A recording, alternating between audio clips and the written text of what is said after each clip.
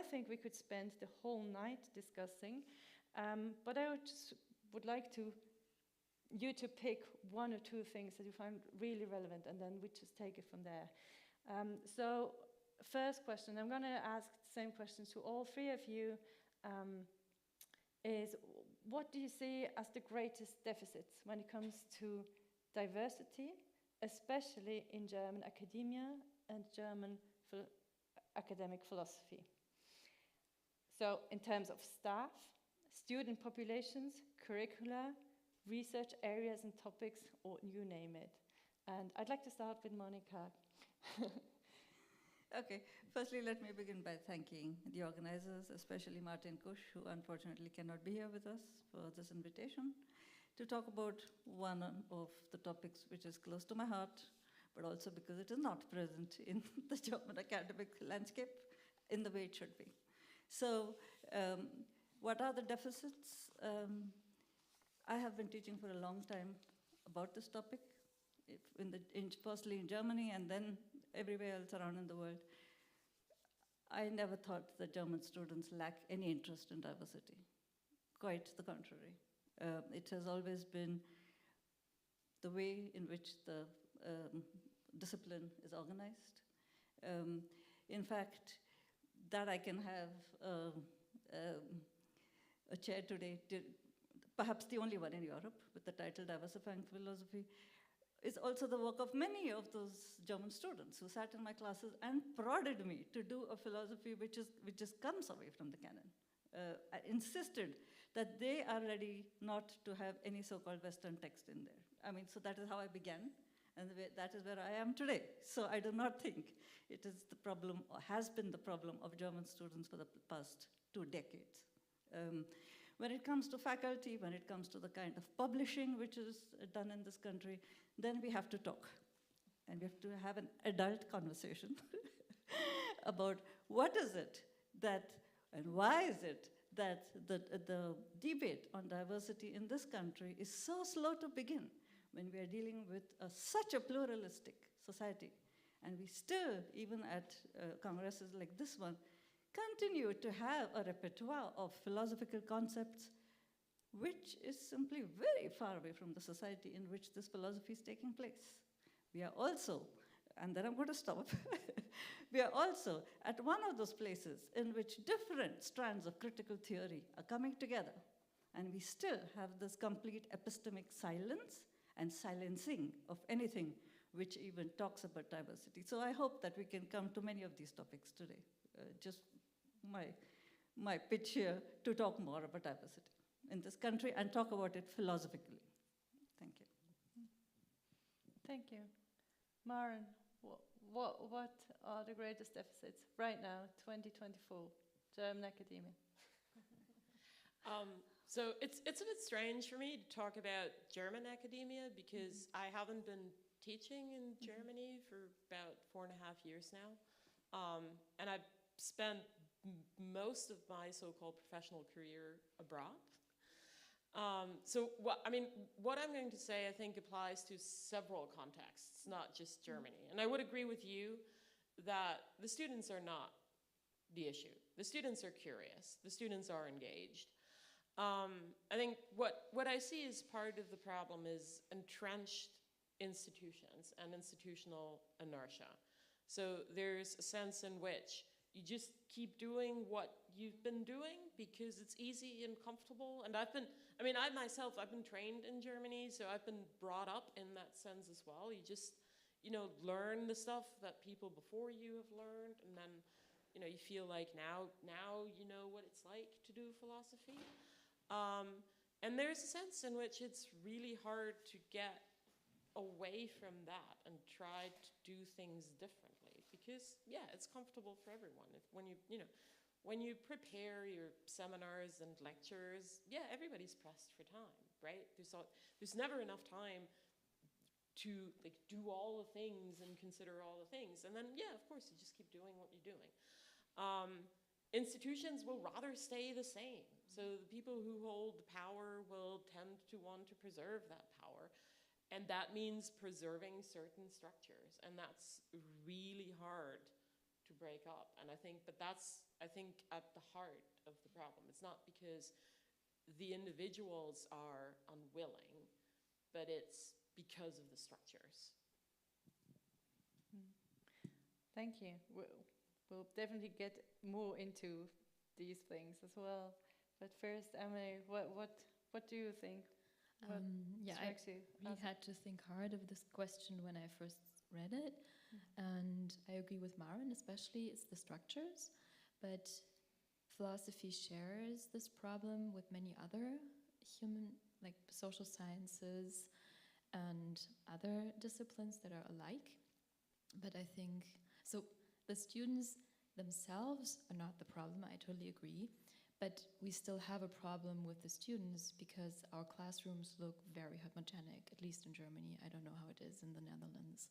So who actually gets to study philosophy and who feels inspired to pursue the study of philosophy is already very limited, and we cannot in philosophy actually influence this. So it's like a broader problem with society. Like, when we start teaching them, there has already been a very strict selection by society to begin with. So even to support diversity or to diversify the classroom or the workshops like this one today, it needs more than philosophers, I believe.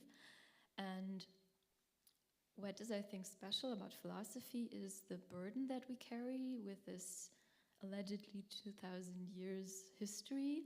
So that when you do research, as Maren already said, it is very hard to change, because when you still have not tenure or a fixed term contract, it is a hard choice to pursue a not so well-known philosopher, like go into editing texts by women philosophers. It's really hard to get funding, so the structures also don't support what I would say risky research that is not well established yet. And as Andrea Esser said this morning too, asking critical questions, re-examining critically our methods, instruments, theory, there's also a price to that, because by asking critical questions you also make yourself vulnerable, and maybe you will not get that job, you will not get tenured when you do that. So there's also a price within the power dynamics and hierarchies in philosophy, and that I think, and I'm working in a very interdisciplinary area, there are specific problems to philosophy that other disciplines don't have, I would say. Okay. So we've already quite a lot of things here on the table. But I would like to maybe briefly go back to the question of, well, yeah, because you both said, well, the students are not the problem, and you picked it up and said, well, yeah, not what they're interested in, but the student population is not very diverse. And I would like to continue on that thread a little bit. Do you see problems with how we deal with students in philosophy, who we keep in the profession, maybe already doing a master's after a bachelor's, but then also who is doing a PhD? Do you see problems there? And if so, what problems? Maybe, Maren, could you say something to that? Yeah, okay, so first I'm gonna channel a conversation that I've just had over dinner, so I'm actually trying to represent other people's experiences, actually teaching in Germany. So one thing that's actually it's not quite been clear to me until this conversation tonight, is what a privilege it can be as a teacher in Germany to teach Lehramtsstudierende, i.e. students who are training to become teachers. Because the example that I've heard over dinner was basically, someone teaching at a relatively small town university and getting students from nearby towns and villages where the step to actually going to university might be a lot bigger than, if you've already grown up in a city with like well-educated, relatively wealthy parents, et cetera, right? So that's a big step. It's also a big opportunity to be able to teach these students, because those are the people who are going to go into the schools and be able to carry the message forward. And that's actually, it's kind of sad that has not been clear to me until tonight, because I've taught here for a little while, and I taught Lehramtsstudierende here as well. So that's one thing, and I think that in itself, I mean, these students could still be a relatively homogeneous population, maybe, but it's also definitely diversifying in the sense that a lot of these students will not have the kind of background that you would associate with, like, bourgeois academic families, this kind of, educational background. Now, second point, so one thing that I've seen at my current place of work in the Netherlands, which is like the most rural university, I think, in the Netherlands. It's far away from everything else. It's also a very technical university, so you would expect plenty of homogeneity in that sense, right? But we do have a master's program which actually consistently attracts students from all over the world. And yes, the program itself also kind of, uses this as a kind of PR thing, like, look how diverse we are. But I think it's kind of great to see that these students are, coming there to learn this. But it's also a challenge, right? Because what do we offer? We offer basically Dutch philosophy of technology. So it's not just white, it's like specifically Dutch white philosophy of technology.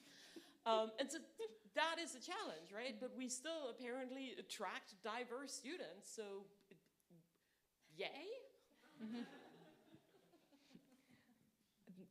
Do you also keep them for PhD programs and later on? I try to warn them, but some of them stay. Yeah. No, but I mean, some of them, yeah, actually, some of them stay. So we do have PhD students who stick around after this, or pursue a PhD elsewhere in the Netherlands or in Europe. Yeah, I guess I'm asking because I just remember studies that,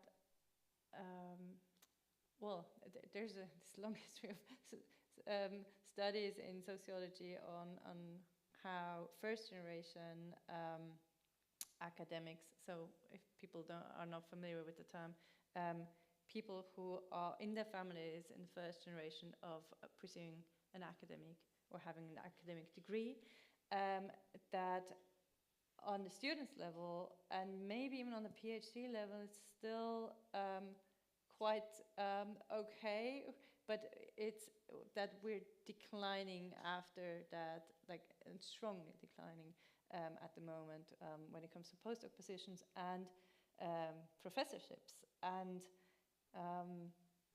most sadly, that the increase of women in the profession, which is a great thing, that there are really more women professors now. I mean, still not trans people, queer people in professor positions in Germany, but women. But that is actually these studies show that that with the rise of women, also the number of first generation people is declining, because it's women from academic families who get into the professorship or in the professor positions, and so maybe if somebody here has some ideas what is going on there and where we actually have problems, or what the exact problems are on their way up to becoming a professor, if you feel like sharing that, I'll be happy to hear something about that. Amelie? Yeah. So I think it's a lack of knowledge in a number of ways. And what I found is especially important is to make implicit expectations and implicit conventions and cultures more explicit, because that's a very strong, what I would say, sorting mechanism, that there are groups of students who know what to do to get a position, or they've been taught at home that, hey, you should look out for a job as a student assistant, and then you have the foot in the door. But of course, other students don't learn that at home, and that's just one obvious example. But there's also the lack of knowledge, and I think COVID made that transparent when it comes to equipment. So when we had to teach online, and some of my students couldn't participate because they didn't own a laptop, so they just had to stay away, and they couldn't pass their exams because they just, they used the computers at the library, but they didn't own any technical equipment, and they couldn't afford to buy the books when the libraries were closed. And I think there's a lack on the side of the teachers when they are from privileged backgrounds. So, and I had this very, well, for me at least, and you may say I was naive. When I taught in Austria, I had many talented students, but I had this one very talented student. And in one class, she just sat there and frowned all the time. And it was a small group, so I knew her well, so I said, so you're frowning. Are you disagreeing? Do you want to say anything? And after class, she came to me and said, no, I was frowning because I'm so tired, because I'm working night shifts at the sawmill every night. I'm helping to cut wood. And that's how I make money to do my studies. And I was so ashamed. I mean, you can probably imagine, I was so ashamed because I'd never guessed that anyone would work night shifts and then come to class at 9 in the morning to learn something about Kant. I don't know. And so, but that really helped me to sort of diversify my own perspective on who's sitting in my classroom and who's paying very high price to sit there, and others not. They just sit there, they had a good night of sleep, and they have everything they need, and they can just pursue their career, and they don't, I think, I'll end there. Monika, you wanted to say something too? Yeah, I think to even understand what the pipeline problem is, we have to understand who is in the pipeline. Mm-hmm. And for that, we need data on people doing philosophy. Because of European data protection laws, we do not have that data. Because I think to say women professors, well, the category of the woman in that case is very broad. It's not giving you a granular information about who is this woman. I definitely was not in their group, despite my academic training in this country. So I think we need more granular data. We also have to, at least in Germany, understand that I think, even in the conversations we're having at this Congress, to understand what is German and who is German and what is German philosophy, we have to understand what is that concept German, which is today, it continues to be a very exclusive concept, even the way it is used here in these spaces. So I think as a society, we have to be very, very careful about the concepts you're using to understand who is a German philosopher, what is the pipeline, do we even want to fix that pipeline problem as a society? And then you can sort of get that data and then try to do something.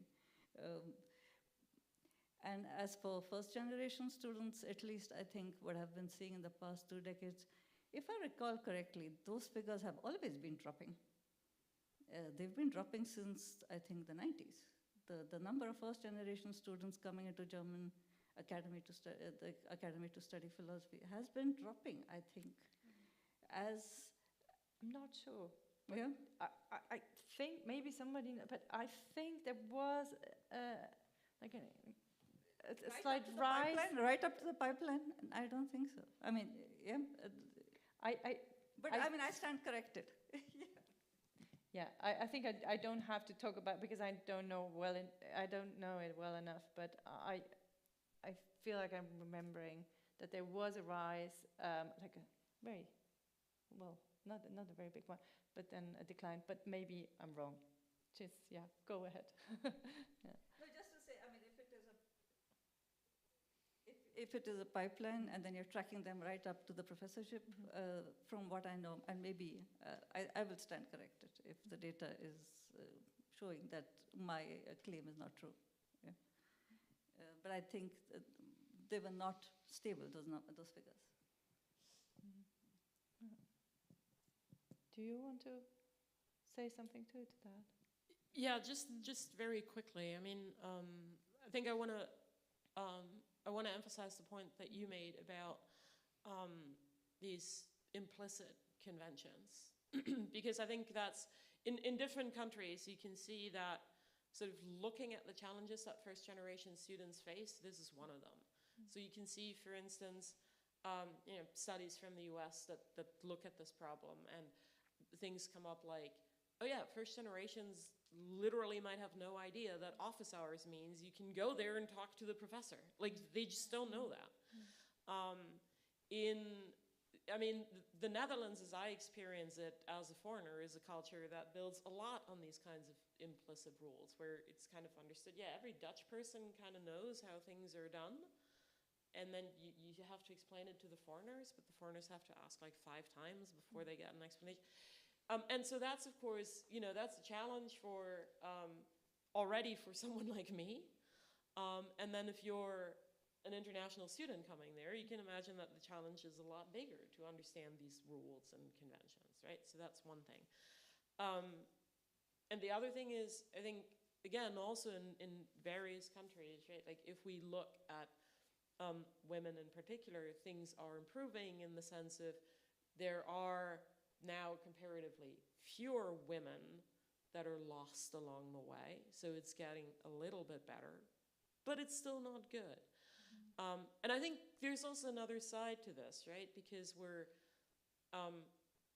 as people working in academia, we're kind of conditioned to look at it from the perspective of, oh, you've made it, once you've made it to the professorship. Well, the reality of the profession is very few people who start their studies will ever make it there, right? That's not really a realistic prospect. And I'm including myself in this, right? We're also tend to be really bad at trying to think about what other things people might do who study philosophy, and there's plenty of things that they can do, right? So maybe there's also a sense in which we should measure success in different ways. Like, you don't need to get the professorship in order to get something out of your studies. Yeah, totally. But then, if people would like to be professors and are being kept from doing that because they somehow do not have the same resources, that is a problem. And just something comes to mind. I'm running a first generation roundtable with Barbara Vetter and Lilia Walliser at my institute at Free University. And so a topic that we encountered several times now already is that it already begins, like, there are many problems, as you've already mentioned, with people don't know basic things. I mean, I am a first generation person myself, and I did not know quite a lot of things when coming to the university, but it seems to me that as soon as students are picked out as student assistants, that is a first step of, like, bringing them into something like, well, yeah, bringing them on track to pursue, I mean, maybe not a career until the professorship, but just, introducing them to academic life.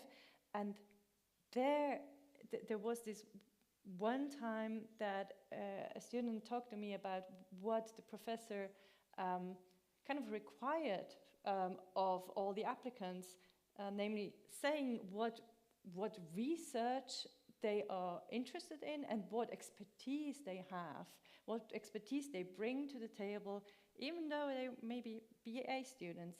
And if I just remember how I was and how I felt about philosophical topics when I was a BA student, that would have horrified me so much, because until the end of my master's, I did not feel like I have any expertise in whatsoever.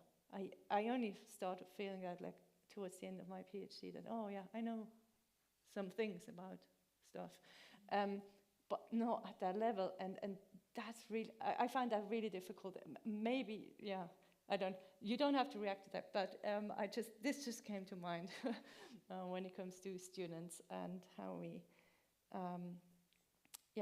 deal with them and how we try to keep them in the profession or not.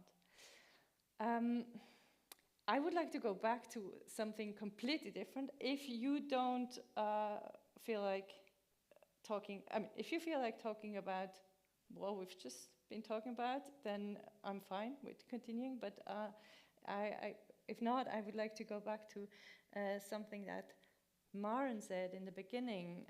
You've been talking about this institutional inertia, that people are they just keep doing what they used to do. And so, well, syllabi are not being diversified, research areas are not getting more diverse, etc., etc. So I could think of many things that come out of this inertia, but what exactly do you have in mind? Do you have examples of how people are just stuck with what they've been doing? Because you talked about it in quite an abstract way, and maybe some examples would be helpful. So first, because I can't help myself, and I mean, please cut me off because I feel like I'm talking a lot. But you're here to talk. It's good. It's good. It's weird. So, I mean, first an observation about this, sense of requiring of BA students that they state a research expertise. I mean, I remember when I arrived for grad school in Boston, I was shocked when I had students in my cohort who were like, oh yeah, I'm totally going to do that, and I want to study it with that person. I'm like, I'm just here to learn. Am I wrong?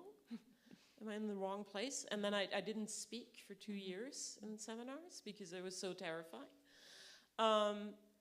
So, I mean, that's the thing. So yeah, I agree with you. This is not appropriate. And usually it's also not appropriate to the kind of tasks that you would ask BA students to do, right? They don't need a research expertise to do the things that we would frequently ask them to do. Okay, second thing, so institutional inertia.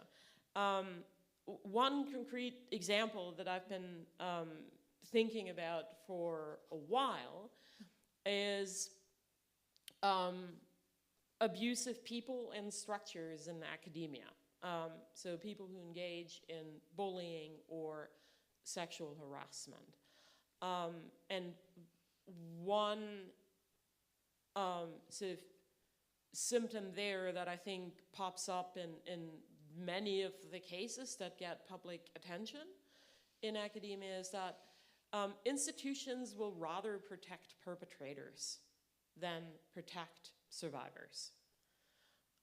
So there is a tendency for institutions to place their reputation and the reputation of the supposedly famous people who work for them over the well-being of students and staff.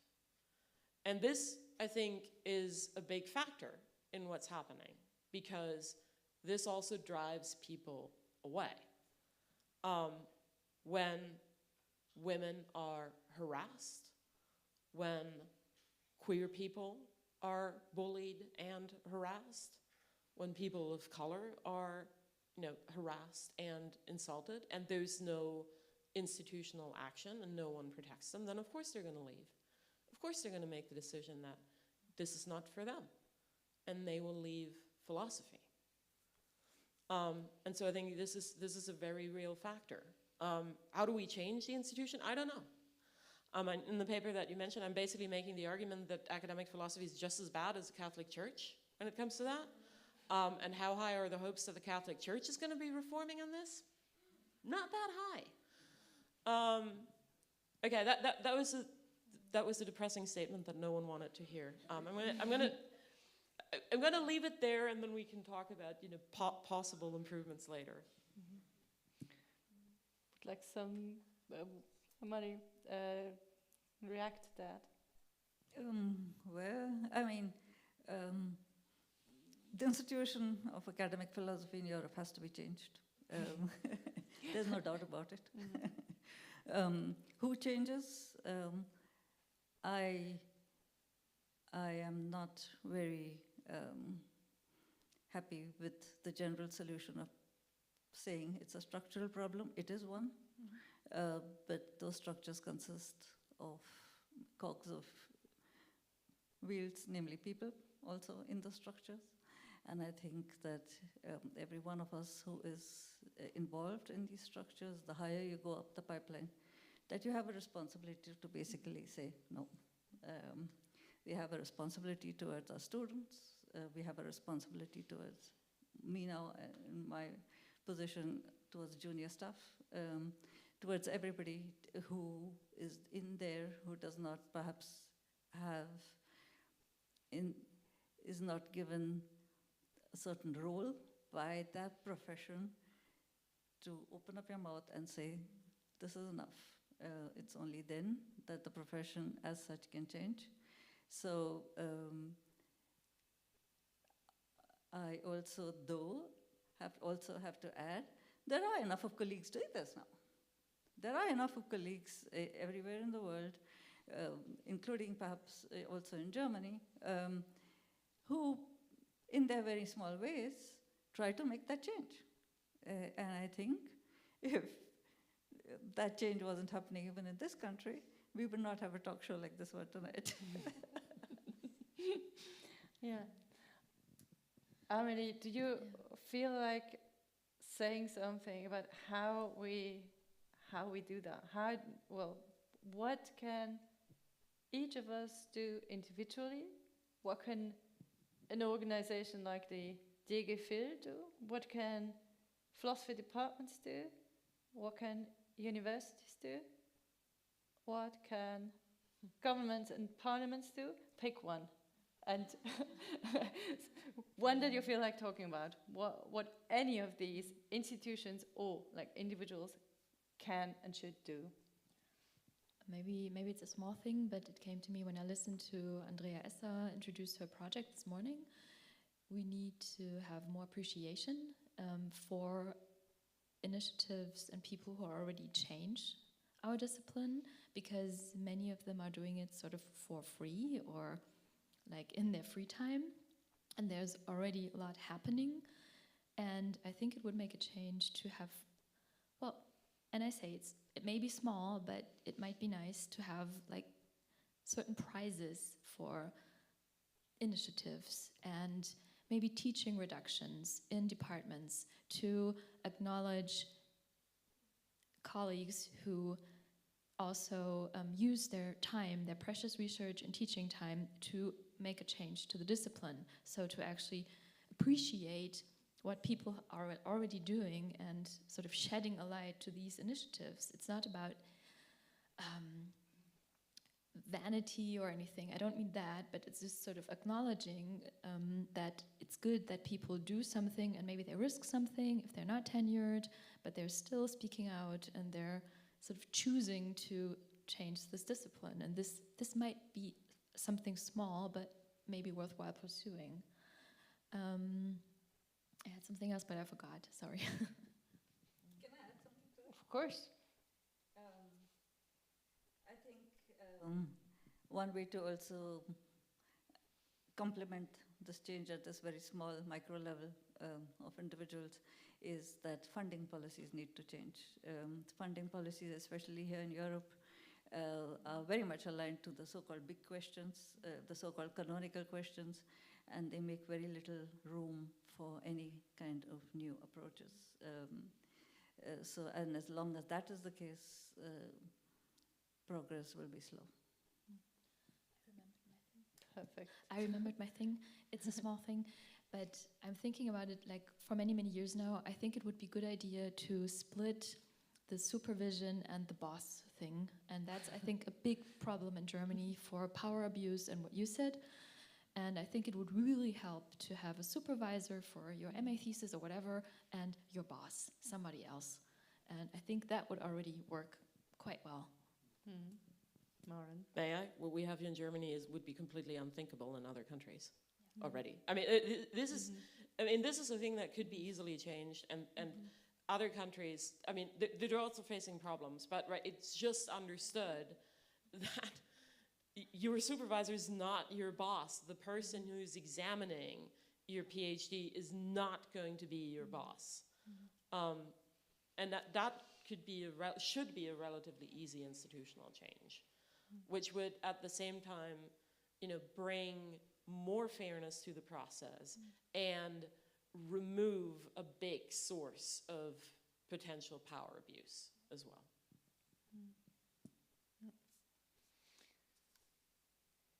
More things that we can do. I'm sure there are many. I mean, I have some in mind, but I would like to hear from you first, maybe. I mean, we also need to have a longer conversation of what it means to diversify philosophy at different levels.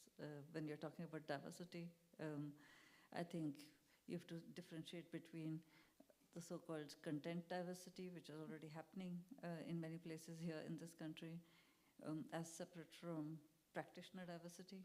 And the practitioner diversity angle is something which is relatively underlit and not understood adequately, because elsewhere you have many arguments on the table as to why that practitioner diversity has to be somehow carefully initiated in the profession to direct our attention to different ways of being human. That is not understood as well in a context which insists that there is one understanding of Wissenschaftlichkeit, and that is always Wissenschaftlichkeit from the transcendental perspective. So I think we have to have a larger conversation on perhaps also what it means to do philosophy in a context which is so dominated by one understanding of what it means to do philosophy, despite a very, very rich tradition of plurality. And how come that we don't really have that conversation? I mean, we're having that conversation here, but there are not so many people in the room. It's also late, I know. But my impression is that when it comes to non-Western philosophy, for example, even at big conferences, they're always the same people who go there. When it comes to feminist, trans, critical race philosophy, always the same people going to these panels, and of course, people do not really talk across these subfields. But how can we change that? How can we truly engage in a conversation about what philosophy is, not within our small bubbles, but within the profession? It's a difficult question, I know, and I don't really have answers, but maybe if some of you have an idea. I think there is a tendency to see, to carve out a space in which so-called main philosophy is done, and then the other side events, as long as you do not have a philosophical understanding of philosophical plurality, there's a tendency to knock off everything as simply being socio-political and not proper philosophy. As long as there's that tendency there, I think you do not have the ability to understand why it is so important to have a plural understanding of what it means to do philosophy itself. Yeah? Once you get that, once you make a room for that conversation, you can make a room for those different people and for those different conversations to come together in one space. And for that, we just need we need ways of listening to each other.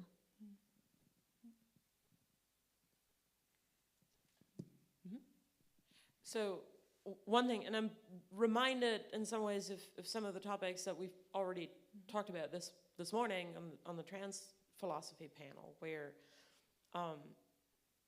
one of the questions was, why are subfields like trans philosophy seen as kind of marginal, maybe not really proper philosophy? And so I think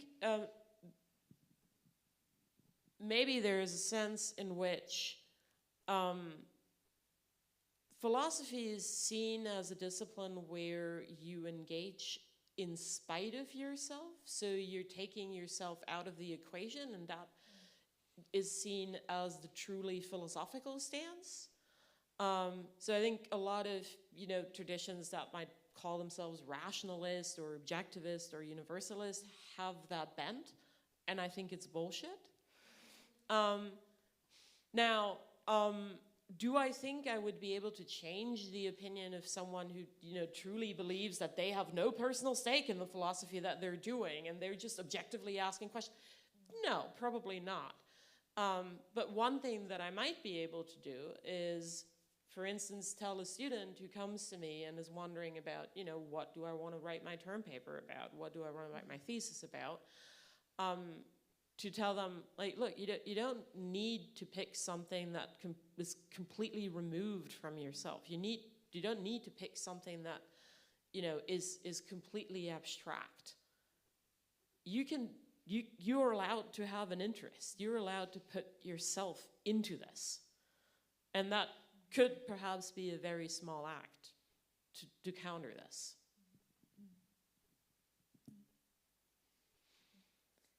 I would like to pick up on something you said, Amelie, earlier, that what we need is more appreciation for initiatives and the work that is already there, that is already been, that people already do. And I would like to ask each of you, what are you already doing? Because you've been all invited to this panel for good reasons. And what are things that you're doing that you feel, maybe you don't feel like they're making a big change, but just things that are important to you in your own way of doing philosophy, doing research, teaching, mentoring, you name it. I would like to appreciate what has already been done, and also take that to think about the question of, where do we take it from there together? So, would you like to start, Amelie, or do you need some time to think? Okay. It's just hard to think. So, for one thing, I'm part of this very, very beautiful project that is sort of, not guided, but she's like the top project leader, Christine Bratu's Bildersturm project. And so we're trying to change perceptions and traditions in philosophy, and have been funded now for, I think, 2 years. And with Hannah Wallenfels, I'm doing a podcast, but I forgot the flyers. Anyway, so we are doing this podcast project about feminist critiques of the canon, because we were a bit, sad or depressed, I would say, that feminist philosophers who already have been criticizing the canon for, I think, 100 years or more, as long as the canon exists, to remind everyone of these feminist philosophers who have been criticizing the canon as long as it's been existent. So that's one thing, and we're addressing the podcast to also non-academic people, anyone who's interested in learning about philosophical thoughts, critical philosophical thoughts. And the other thing is criticizing narratives, our inheritance, I think, from the 19th century, narratives about who is a philosopher, what's a philosophical text. So I'm looking at feminist subjects before the 19th century in property theories. So I'm sort of trying to rewrite the canon within classical texts and adding more perspectives to it. That's maybe the more boring thing. So I'll listen to the podcast instead.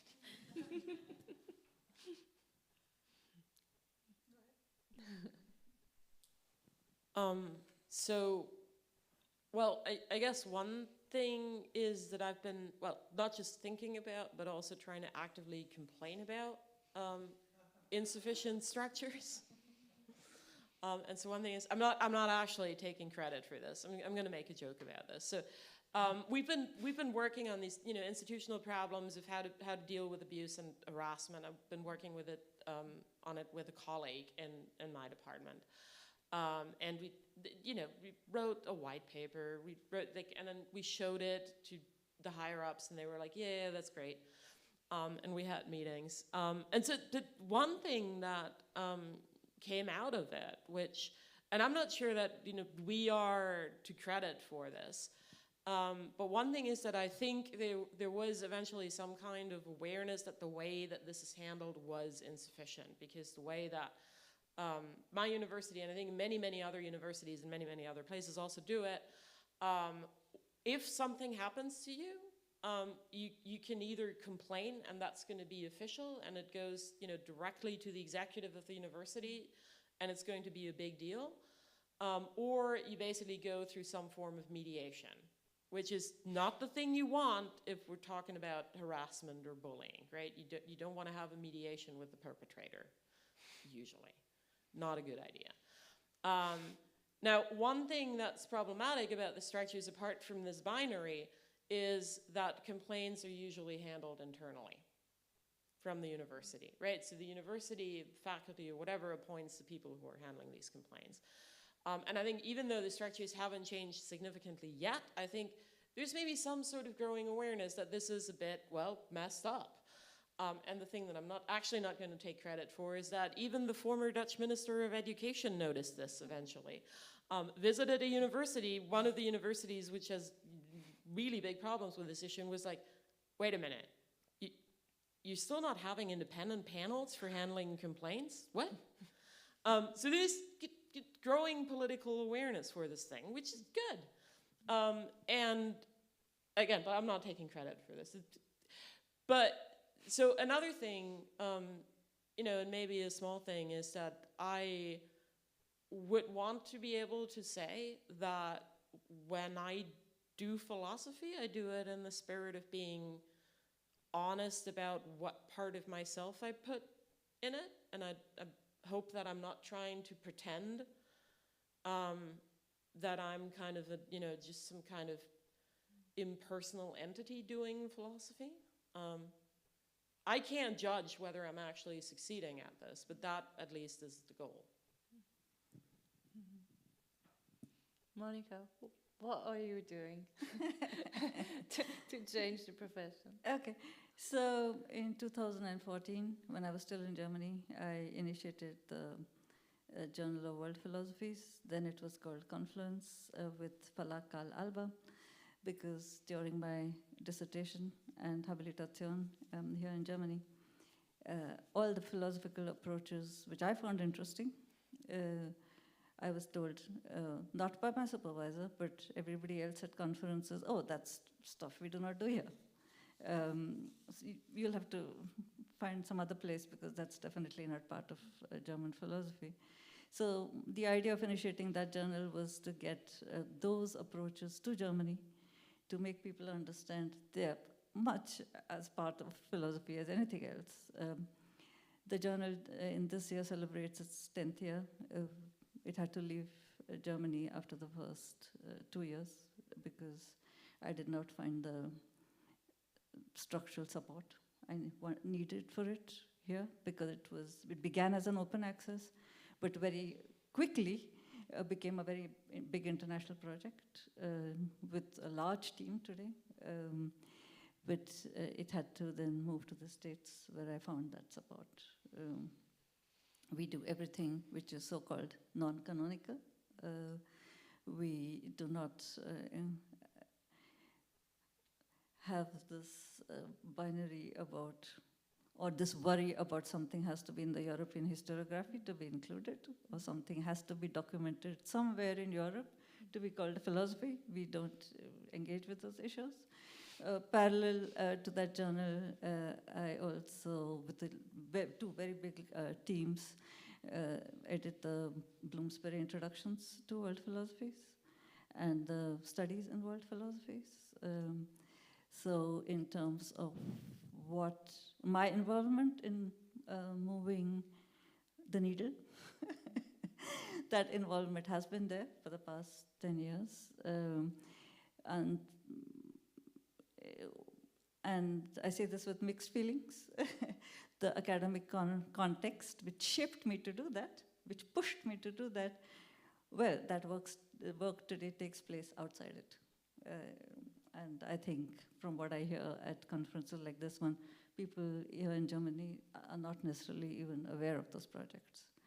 When it comes to my own life as a philosophy teacher, because of my own experience, because of always being supported by a supervisor here in Germany to do that other kind of a philosophy from the get-go, I am what in today's parlance is called as much of a decolonial philosopher like him.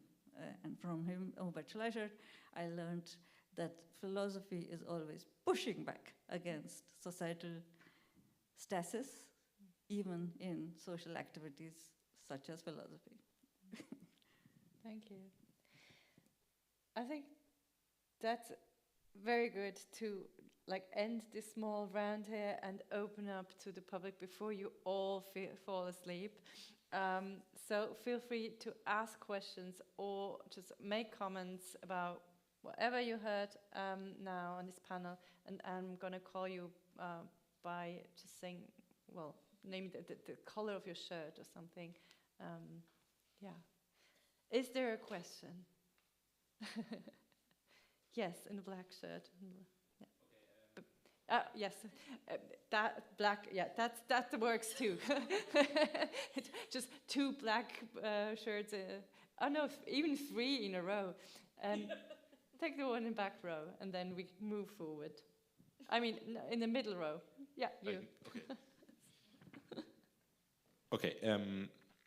Sorry for my English; it's a bit rusty. At the beginning, you talked about how we should make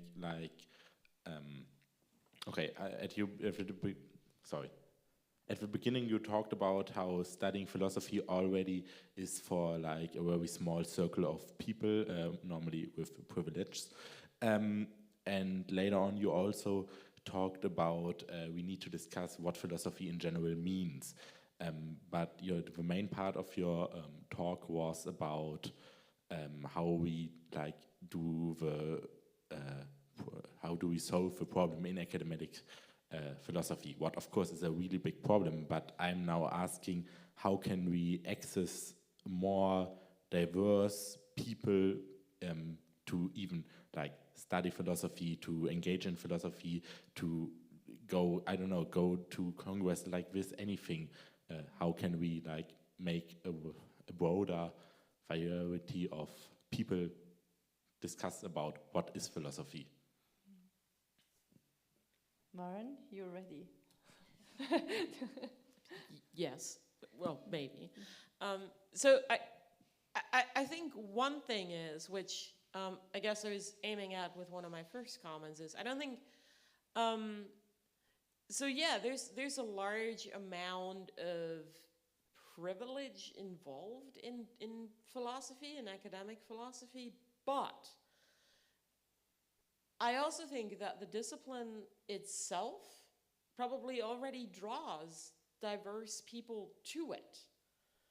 And the challenge is really not how to get these people, but how to keep them. And so here's one simple thing. If you're thinking about how do we get people to go to, events like this? Well, pay them. Find money to pay them. Find money to make it possible for students to go to things like this. Right? That could be one very simple thing.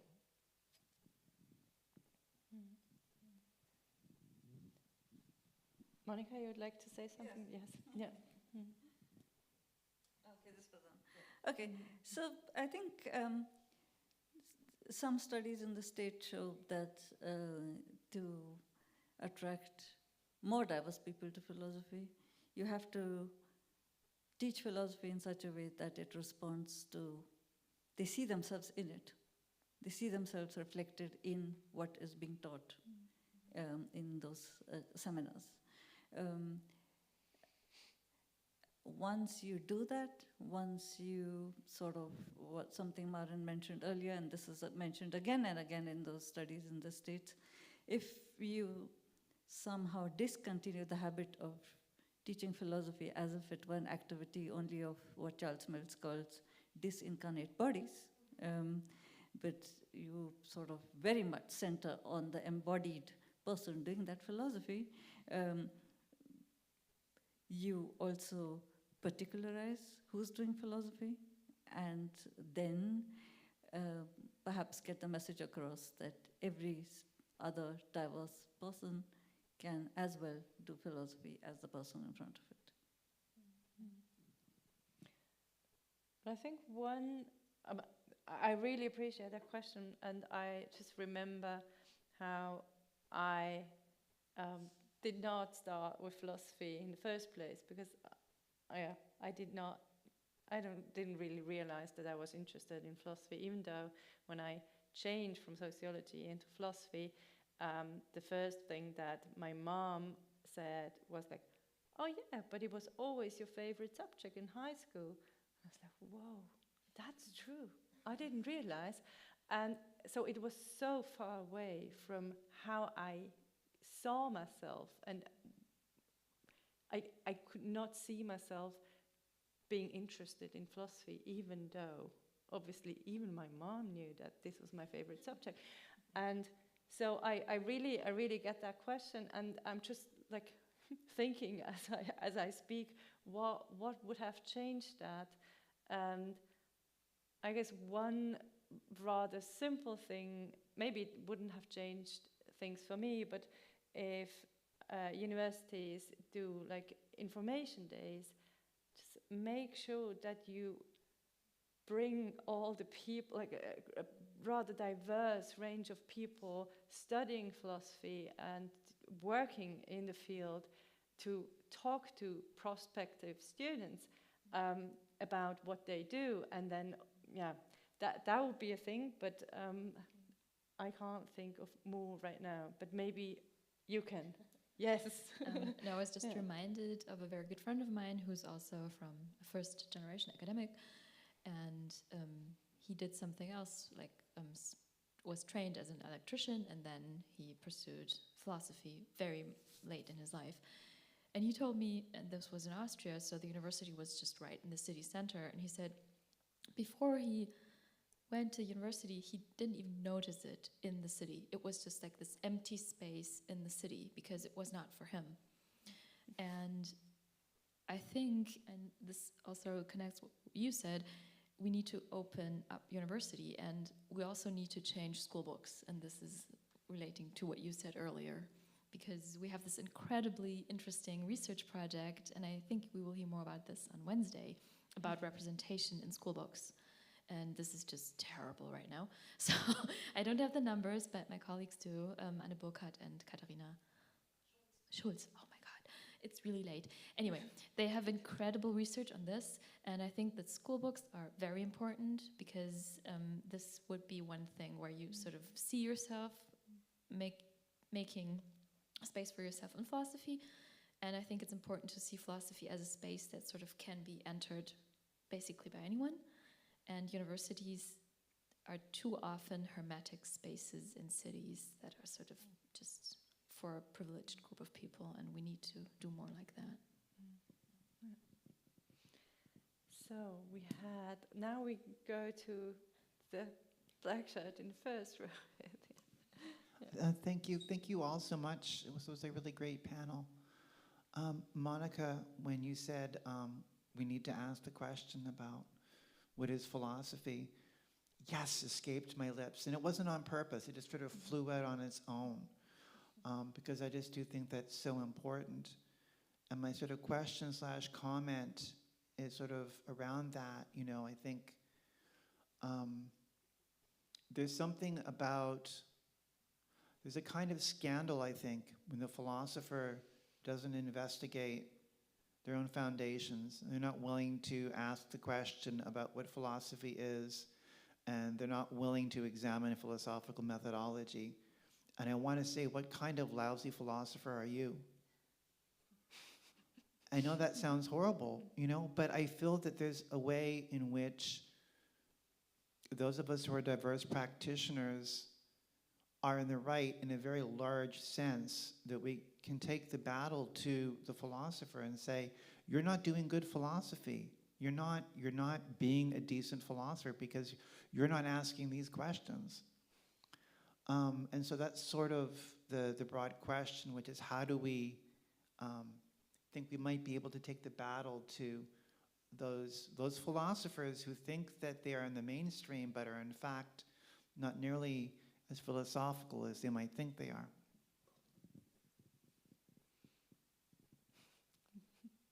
Monika? If I may be frank, I do not have any energy left to take the battle back.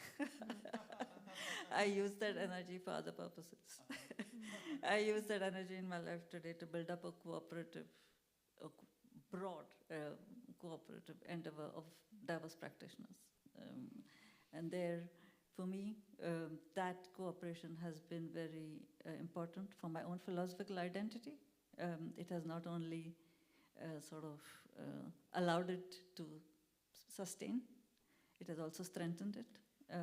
So that is the cooperation, and those are my interlocutors. That is the exchange I need. Maybe there are other people in the conversation who have the spirit to take the battle back. I'm not one of them. I share your lack of energy, but I was feeling energized in the moment. Anyone? Or if not, we go to the next question, but if you feel like responding to. I just support it. It's so exhausting already. So I would always rather look for places of joy and cooperation and meet people who are like-minded. I mean, that's also privileged, of course, I know that, but rather, look for cooperation and also foster that in students and sort of, not motivate them to battle against it, but seek their own joy and the energy they have for their own projects. Yes, so we continue with the white shirt. Can you give the micro pass? Yeah. Hi, thanks from me too. I have one suggestion and one question regarding what we can do to diversify philosophy. So the suggestion is to foster student initiatives. So I think it's a really good opportunity, initiatives are a really good opportunity to reproduce knowledge, how to engage with philosophy, how to engage with academia on a very much more approachable level. And these initiatives are not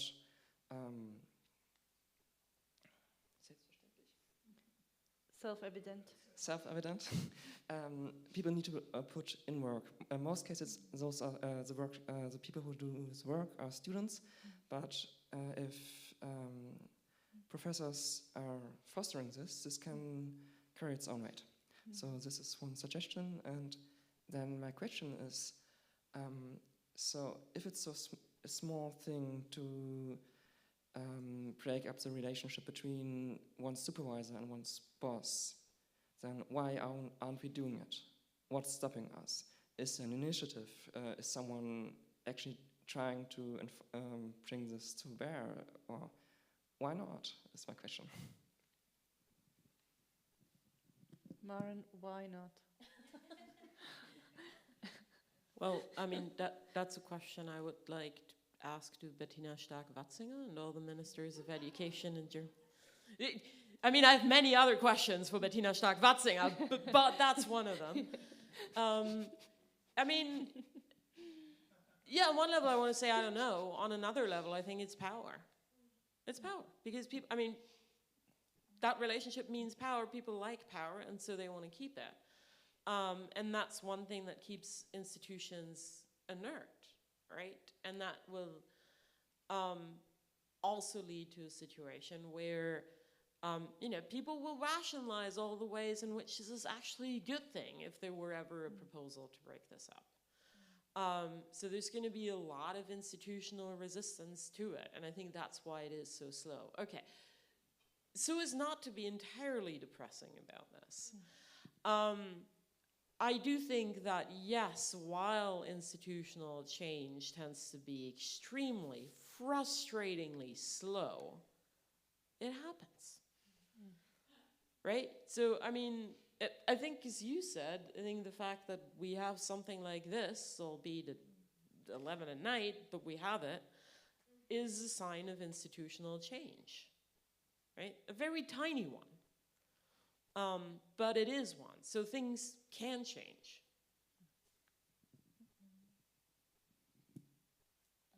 About the suggestion, I really like it, but I'm also a bit skeptical because I'm always reluctant when political problems are sort of the responsibility for solving them is sort of shoved to the ones that are not paid for it and do it because it's sort of like cashing in on the motivation of individuals instead of, well, actually it's the political responsibility, so governments or whatever you mentioned before, it's their responsibility. So yeah, I like it, but I'm also a bit skeptical because I think it's also a bit unfair because it's a structural political problem that should be solved by Stark-Batzinger and her colleagues. And, okay, so one more tiny thing about power in academia, because again, I can't help myself. But I think, so the one thing that fascinates me about power in academia is that power in academia is basically completely, utterly meaningless outside of academia. Which I think is part of the reason why people cling to it so hard.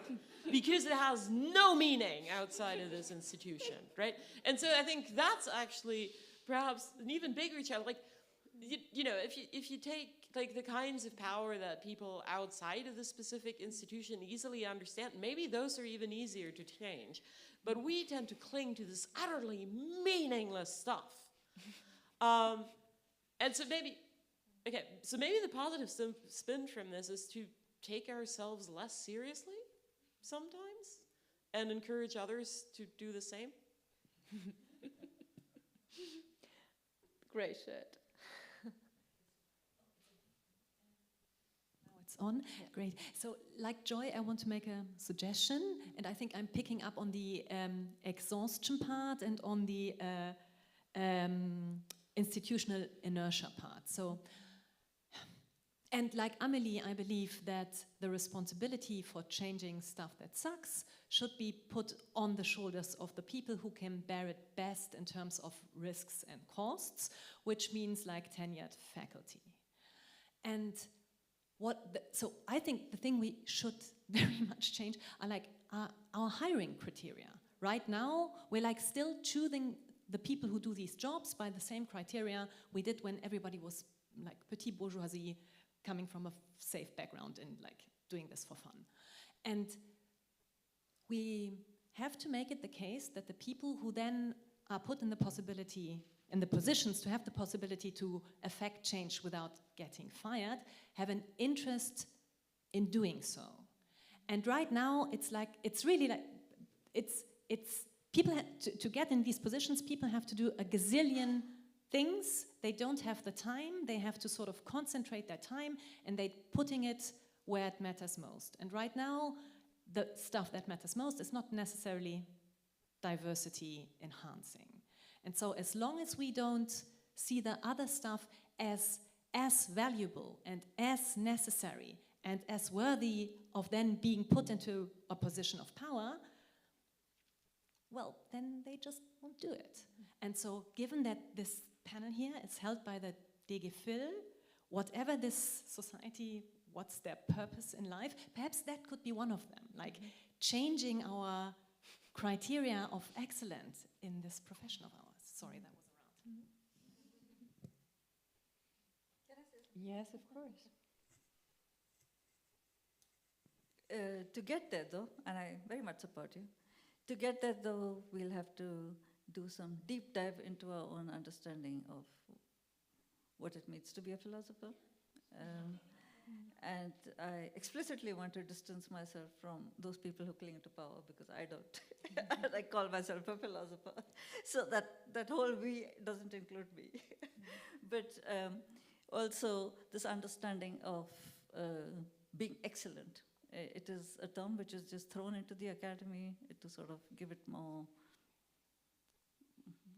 the right sort of perhaps connotation. I do not know what excellence means, except being very critical with your own self and the practices. It seems to be the way academic philosophy is structured, whether in this country or elsewhere. While it does have a sort of a tradition of doing that self-critique, it seems to have also lost its connection to that very tradition. So a meta philosophical position on what it means to be a philosopher today in a particular society is a position which is available to diverse practitioners. We are all well versed in those debates. But it seems to be that those people who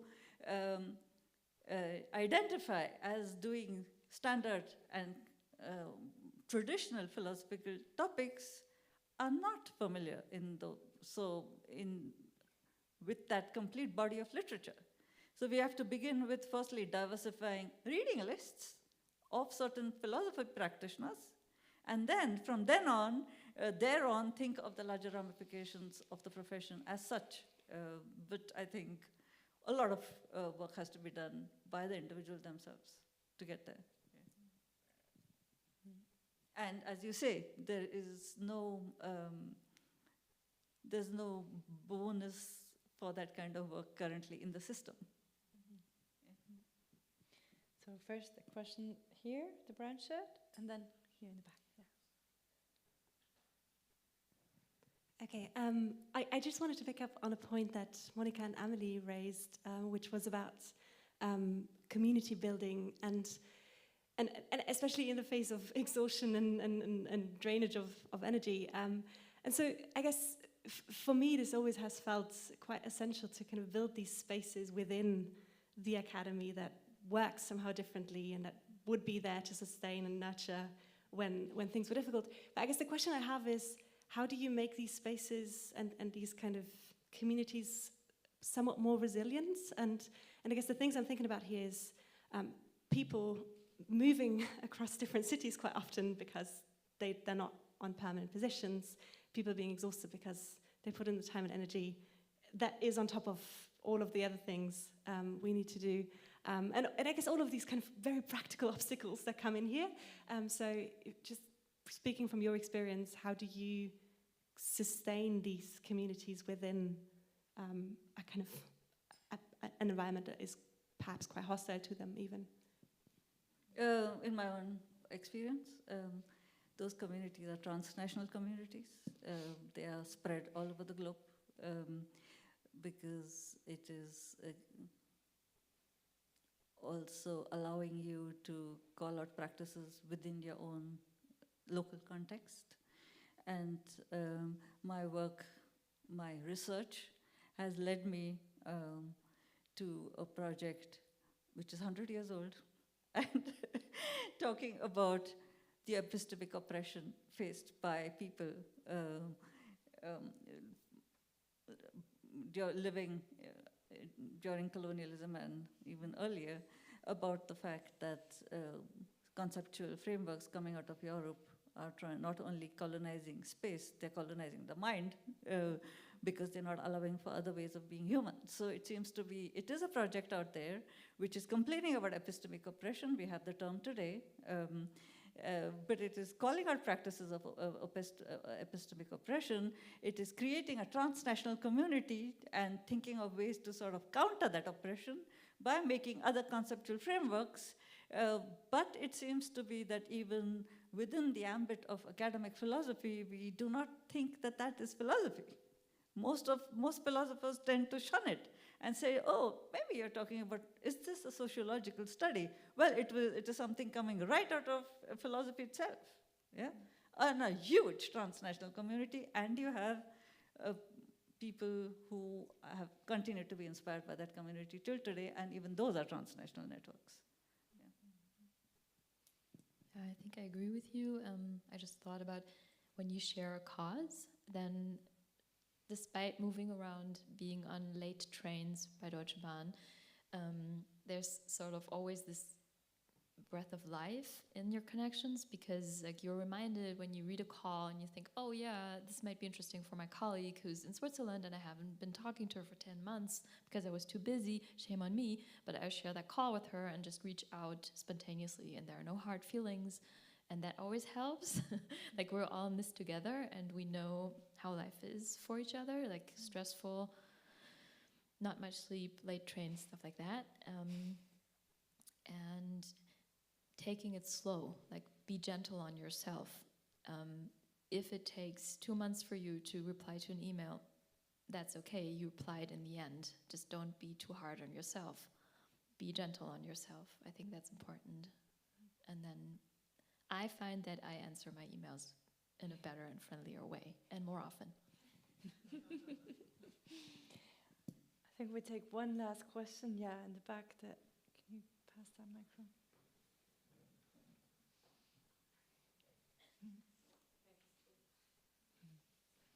Yeah, thank you so much for everything you said. It resonated very well with my own experience in academia.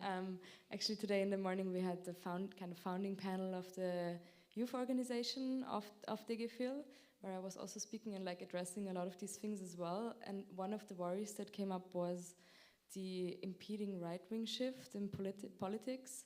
And I have a feeling that this is something that I already feel at my own home institution, where there has been a major backlash. Like the anti-racism working group that I've been part of has been kind of publicly shunned in an institute meeting as like a waste of money. Hiring processes, you know, there are literally hirings where there are 10 male PhD students that are being hired in the, like, you know, same round, because apparently there is no kind of organ that could kind of interfere in that hiring process, because it's a third-party founded project that doesn't adhere to this, that doesn't have to adhere to the same criteria as other projects that are directly by the university, right? And so we're witnessing all of these things and trying to do stuff, but yeah, it's really frustrating. And yeah, I don't know, I think I wanted to share that because there was a feeling that came out of the meeting this morning, that this is some serious thing, and that probably stuff is gonna get worse. And I don't know, you've been very hopeful and helpful, and I resonate with the community building and with all of these things, but in the end, I don't know, I think the future generations of philosophers that are right now being socialized within philosophy are already kind of growing up with this like canon that is more and more limited by people that are in deciding positions as to what exactly counts as philosophy and what not, right? Like these things are already shaping the future generations of philosophers to come in a very, very real way. And of course there are diverse practitioners that work against it or try to set an example by the kinds of philosophies they teach or they discuss. Yeah, this is not a really like motivational thing, but yeah, I don't know, maybe you, yeah, I don't know, have some secret strategies, or like there are some ways of mobilizing we haven't thought of yet, because I don't know, we have our founding event tomorrow in the evening, where we're also gonna have like some workshop setting on how to enact these changes. If any of the people here present wants to come by, I think we're really, really helpful. We're really, really thankful for every help we can get, as well from senior people within the academy, because it's really about building strategies. And of course, like one big topic is education in schools already, like, you know, to build up that kind of critical thinking, to value more the work that teachers of philosophy are doing right now. But yeah, I think it's gonna be hard, and it's only the start in a way. And I think we can't accept it, of course, but how do we go forward is the question a bit. Can you quickly say how we find you if we want to join you tomorrow? What's the title of the event? I think it's the founding event of the Junge DGFIL. I think Okay. it's from 6 to 8. Okay. It's also unfortunately at the same time as the diversity networking event, which is really bad that was the same today.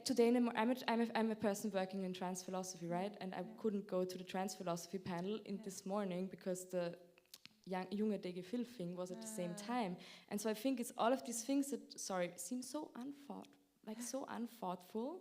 Why would you do a Junge DG Phil at the same time as cutting edge philosophy that young people want to do? I'm a bit like, I'm sorry. Yeah, that's what I'm starting to think, maybe it was on purpose. And I was like, sorry, but this, I know. That's the thing, right? There are a lot of these, exactly, it's like, if it's so much about coalition, if coalition building is the thing that we need, how do we deal with the fact that these planning decisions are stratifying everything? But let's. I Sorry, agree that was with a you, long but rant. let's also keep in mind that organizing a conference as big as this one is a huge challenge. Absolutely, so absolutely. I get your point, and I kind of agree. But I would also like to honor and what, it really all the work that has been going into this big event here. But maybe I was going to be mean. I was going to say, right, to the organizers, they like getting emails about these little thoughtlessnesses. They might not reply. They're not actually liking to get. But I think, okay. So the point is, complain. And I mean, I also do agree with you, right? This is a massive logistical undertaking, and it's always going to be the case that participants are going to be faced with, I wanted to go to this, but then there's also this thing, right? So you can't really avoid it, but complain. So the other thing is, I don't have a secret strategy. I have a non-secret strategy, which I also talked about this morning. It's vote. That's one thing. You can go vote, and I mean, all of the things, not just big political elections, but also, trying to get involved in institutions. And I'm not saying that it's easy. I'm not saying that it's going to be, I'm not saying that it's going to be smooth sailing or anything like this, but that's pretty much the only way that I can see. And without wanting to diminish any of your worries, because I share a lot of them, I do want to say that I do take some hope in the fact that even as things look bleak, I think resistant communities have prevailed in the past, and they can prevail today. Also, if you want me to come to your university and annoy people by my presence alone, let me know. I really share your concern too. My research project is based in Thuringia, and we're about to hopefully advertise a lot of jobs in January, and I feel ambivalent to invite people to work and live in Thuringia, especially from a diversity perspective. It doesn't feel okay to do so, and we already have a diverse group of project researchers, and they're not all too happy to be living in Thuringia right now, and it will not get better. So this is worrying, but I have no solution. I'm sorry, but I really share, and I think it's important that you raise this point too. Do you have a solution, Monika? I do not. But I think more than generations before you, you do have different ways of using social media and linking up to a more global community. I think the problems which are now evident in the German political landscape are problems also evident in the European political landscape and elsewhere. So the youth and the younger generation of younger philosophers in different countries is beset by the same set of problems. So I think a generation like yours, which is also so tech savvy, also has the right infrastructure now to sort of build up a more inclusive and global community. So that can give one a ray of hope, although I think in the local context itself, it is might be difficult. And in my own professional life, I've always learned to look at that light at the horizon and not be dogged by anything else, but to always keep focused on where you want to go and where that light is. That's it. That is such a wonderful last statement for tonight. I think we leave it at that. And I would just like to thank again Amelie, Maren, and Monika for talking to us.